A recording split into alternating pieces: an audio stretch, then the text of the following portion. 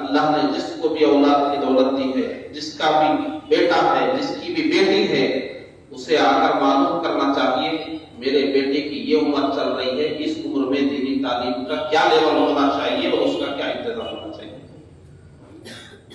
آج سیاسی شعور بیدار کرنے سے زیادہ، تعلیمی شعور بیدار کرنے سے زیادہ دینی شعور بیدار کرنے کی ضرورت ہے۔ ہماری نئی نسل جو بربادی کی طرف جا رہی ہے، نئی نسل پر آج پوری دنیا کے علماء کرام یہی فرما رہے ہیں کہ نئی نسل پر دھیان دو، نئی نسل پر دھیان دو، نئی نسل پر دھیان دو، کیونکہ یہ اسلام اور مسلمانوں کا مستقبل ہے۔ ان پر دھیان دیے بغیر کچھ بھی کریں گے تو وہ ایک عارضی چیز ہوگی، دائمی کوشش نہیں ہوگی۔ چند منٹ میں حضرت قبلہ تشریف لائیں گے، چند باتیں کہہ کر میں رخصت ہو جاؤں گا، اور بہت اہتمام کے ساتھ ہم کو یہ باتیں سننا اور سمجھنا ہے۔ اور یہ جیسے یہی جلسہ ہے، اسی جلسے پر آپ ایک قائدانہ نگاہ ڈالیے اور اس جلسے کے سامعین کی عمروں کا تجزیہ کیجیے، اور اس کے بعد دیکھیے جس نسل کو یہاں ہونا چاہیے وہ نسل کہاں ہے، ان کا جلسہ کہاں ہوتا ہے، ان کو بٹھا کے کون پڑھاتا ہے، ان کو اچھی صحبت کہاں ملتی ہے، کہیں نہیں مل رہی ہے۔ وہ آزاد گھوم رہے ہیں، وہ گاڑیاں چلا رہے ہیں، وہ موبائل چلا رہے ہیں۔ جن کو بنانے کی ضرورت تھی وہ ہمارے سامنے آج میسر نہیں ہے۔ یہ بہت بڑا